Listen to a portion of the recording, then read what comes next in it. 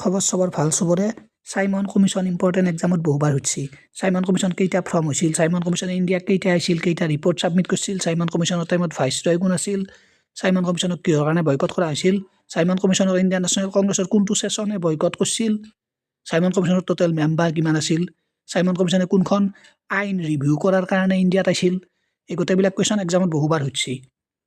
so বহি কলম লৈ আহক আৰু ধুনীয়াকৈ শৰ্ট নোট কৰি লিখি ৰাখক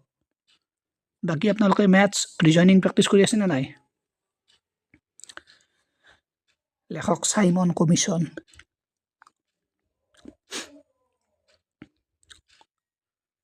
সো ধুনীয়াকৈ লিখি যাব প্ৰথমতে আমি চাম কেইটা ফৰ্ম হৈছিল মানে কেইটা স্থাপন হৈছিল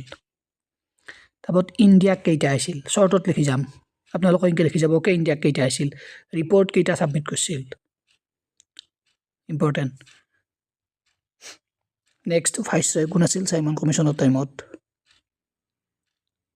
সাইমন কমিশনৰ ইণ্ডিয়ান নেশ্যনেল কংগ্ৰেছৰ কোনটো সেশনে বয়কট কৰিছিল সেশনটোৰ নাম এক্সামত উঠছি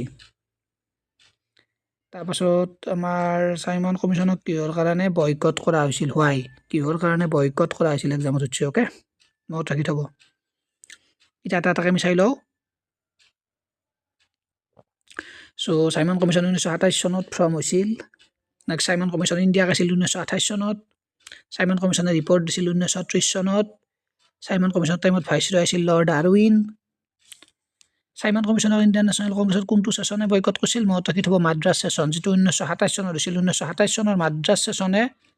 সাইমন কমিশনক বয়কট কৰিছিল যে আপোনালোকে কমেন্ট কৰক 1927 চনৰ মাদ্ৰাজ সেশন যেটো সাইমন কমিশন বয়কট কৰিছিল এই সেশনটোৰ প্ৰেসিডেন্ট কোন আছিল আপোনালোকে কমেন্ট কৰক ইম্পৰ্টেন্ট ওকে কিহৰ কাৰণে বয়কট কৰিছিল এটাও ইণ্ডিয়ান নাছিল এই কমিশনটো এটাও ইণ্ডিয়ান নাছিল এই কাৰণে সাইমন কমিশনক বয়কট কৰা হৈছিল নেক্সট এটা কোৱেশ্চন সাইমন কমিশনৰ টোটাল মেম্বাৰ কিমান ইম্পৰ্টেন্ট টোটাল মেম্বাৰ আছিল 7 জন মনত ৰাখি থব ডাইৰেক্ট এক্সামত উঠছি এটা আপোনালোকৰ কাৰণে এটা কোৱেশ্চন আছে সাইমন কমিশন কোনখান আইন ৰিভিউ কৰাৰ কাৰণে আছিল সো কোনখান এক্ট আচ্ছা মই কৈ দিছো 1919 এখন ৰিভিউ কৰাৰ কাৰণে সাইমন কমিশন ইণ্ডিয়া কাইছিল ইম্পৰ্টেন্ট ওকে পইণ্টটো মনত ৰাখব বহুবাৰ উঠছি 1919 এক ৰিভিউ কৰাৰ কাৰণে সাইমন কমিশন ইণ্ডিয়া কাইছিল এটা আপোনালোকে কমেন্ট কৰক সাইমন কমিশন কিমান তাৰিখে ফৰ্ম হৈছিল কিমান তাৰিখে ইণ্ডিয়া কাইছিল আৰু কিমান তাৰিখে ৰিপৰ্ট সাবমিট কৰিছিল ডেট কেটা ইম্পৰ্টেন্ট কমেন্ট কৰক এক্সামত বহুবাৰ হৈছে আৰু শৰ্ট নোট কৰি আপোনালোকে লিখি থৈ দিয়ক ওকে বঢ়িয়া